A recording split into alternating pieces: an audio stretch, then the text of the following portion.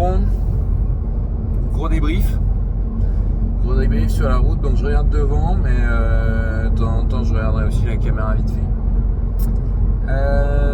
Qu'est-ce qu'on a pensé de cette journée à Angers pour Altered, premier gros tournoi, plus de 1000 personnes. Et premier gros tournoi pour moi, surtout ça. Franchement, les 3 heures de route pour aller à Angers, franchement tranquille. Ma voiture, ça c'était cool, ça s'est bien passé, tranquille, évidemment personne sur la route, tout ça. Et après le tournoi en tant que tel, franchement, belle expérience. Je démarre, premier match, victoire. Deuxième match, victoire. Et là je suis en confiance. Et là je tombe sur 2 gros shows suite à la suite quoi. Bam bam.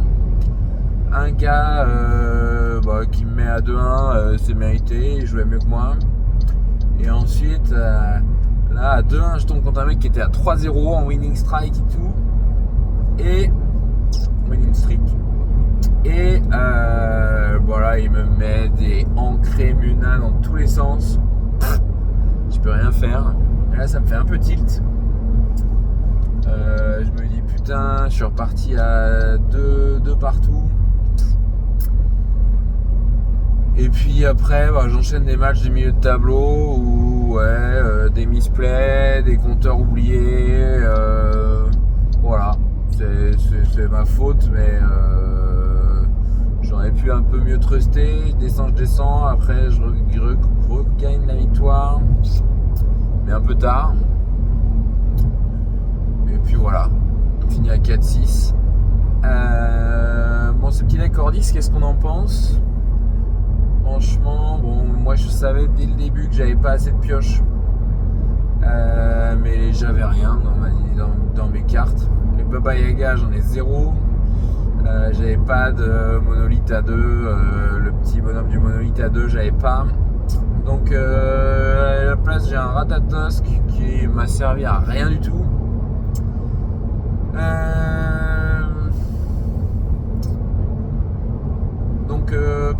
À chaud comme ça, si on devait changer les trucs, ce serait effectivement ces cartes-là, chercher à enlever le Ratatos, chercher à remettre un peu de pioche. Puis après, honnêtement, par rapport en ligne, beaucoup plus d'anti-permanents que ce que j'avais trouvé en ligne. Du coup, mes monolithes Ordis, Bastion Ordis, explosaient à chaque fois que je les posais, pas le temps d'être posé, directement explosé. Donc difficile.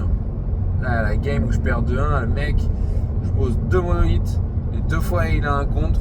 C'est quand même, j'ai pas de chance là-dessus, mais c'est les gars qui jouaient plus d'anti-permanent que ce qu'il y avait en ligne et j'étais pas prêt à ça. Si j'avais su, j'aurais pris la decklist un peu plus aggro, limite 100 permanents Ordis quoi. Mais je l'avais pas train, donc ça servait à rien. Donc voilà, on a fait ce qu'on a pu avec ce qu'on avait entraîné, là, le deck que j'avais sélectionné mardi soir. Donc voilà. Après en termes d'adversaire, on a eu un peu de tout. Hop. Donc ça c'était cool.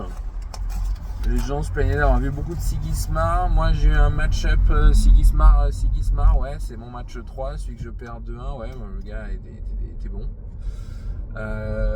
Mais après pas trop de Warou. Pas mal de Fen apparemment, mais pareil, moi j'en ai combattu 0. Et en termes de niveau,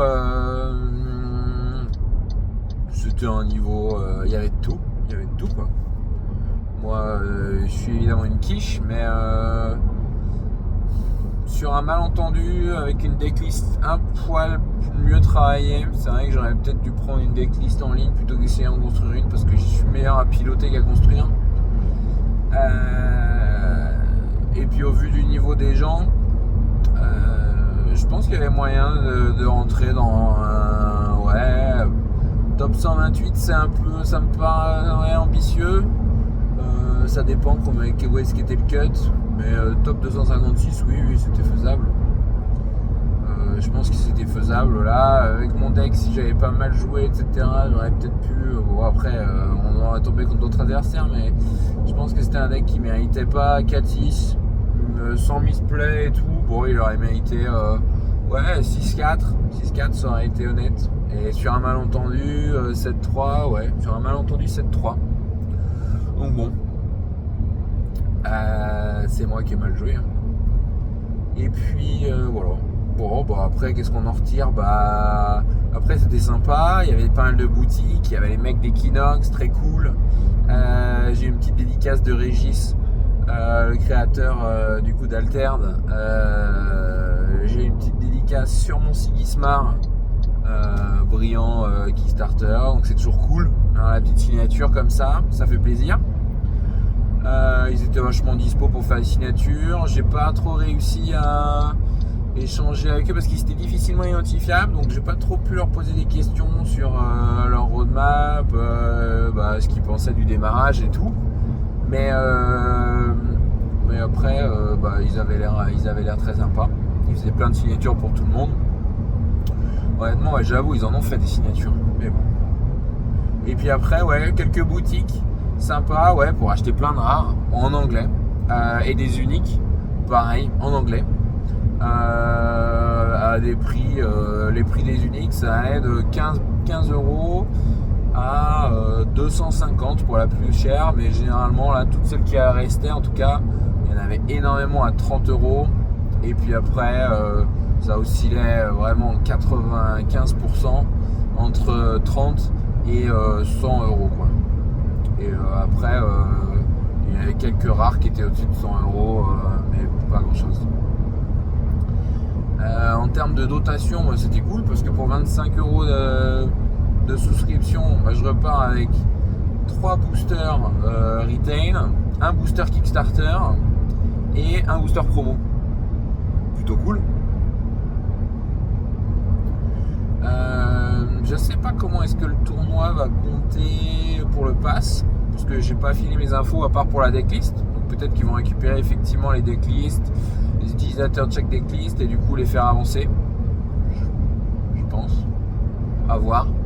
Bon. Voilà. Bon, globalement, un peu déçu parce que je pense que mon deck méritait un peu mieux.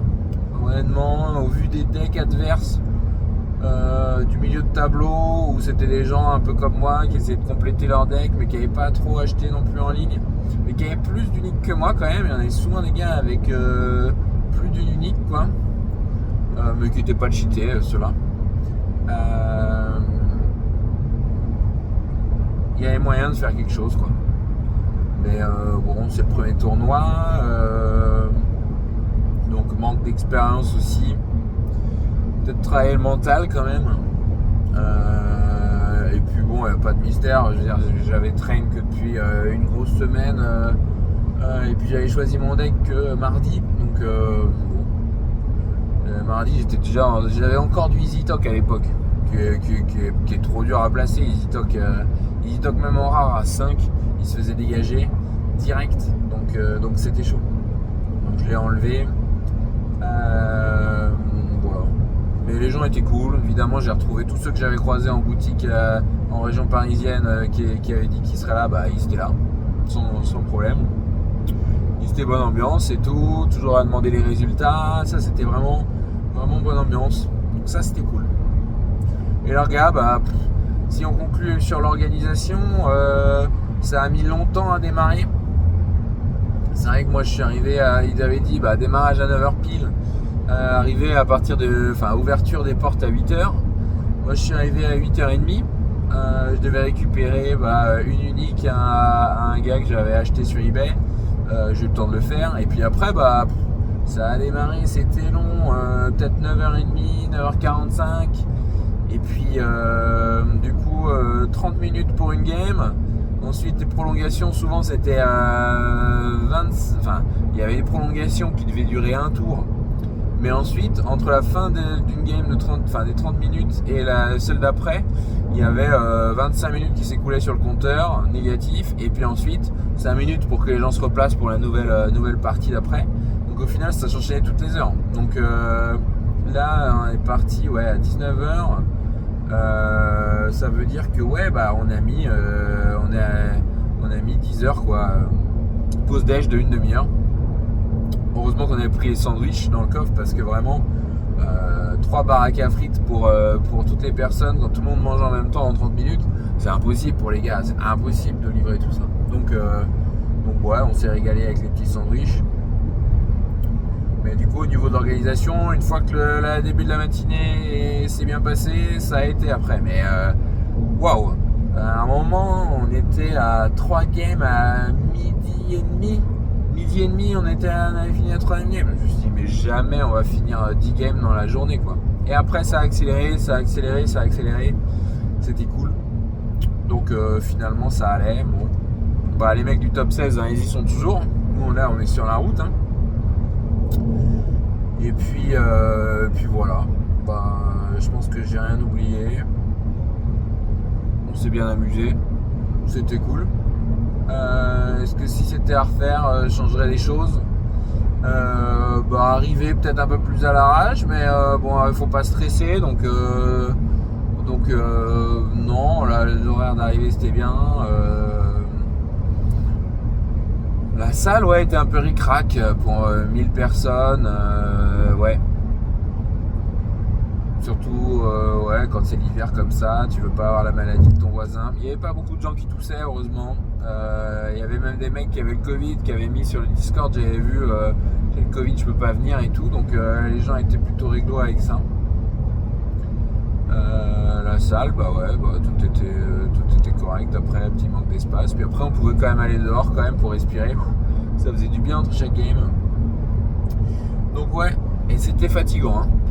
C'est fatigant d'enchaîner 10 games à la suite. Là, c'est clair que les misplays, la frustration quand t'as des gens qui jouent lentement, pas évident. Donc il faut gérer tout ça.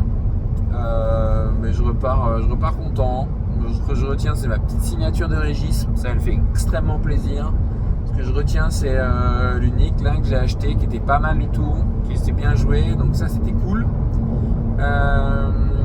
Et puis voilà, je retiens que finalement c'était une bonne première expérience de tournoi. Donc maintenant il ne reste plus qu'à faire toute la route du retour.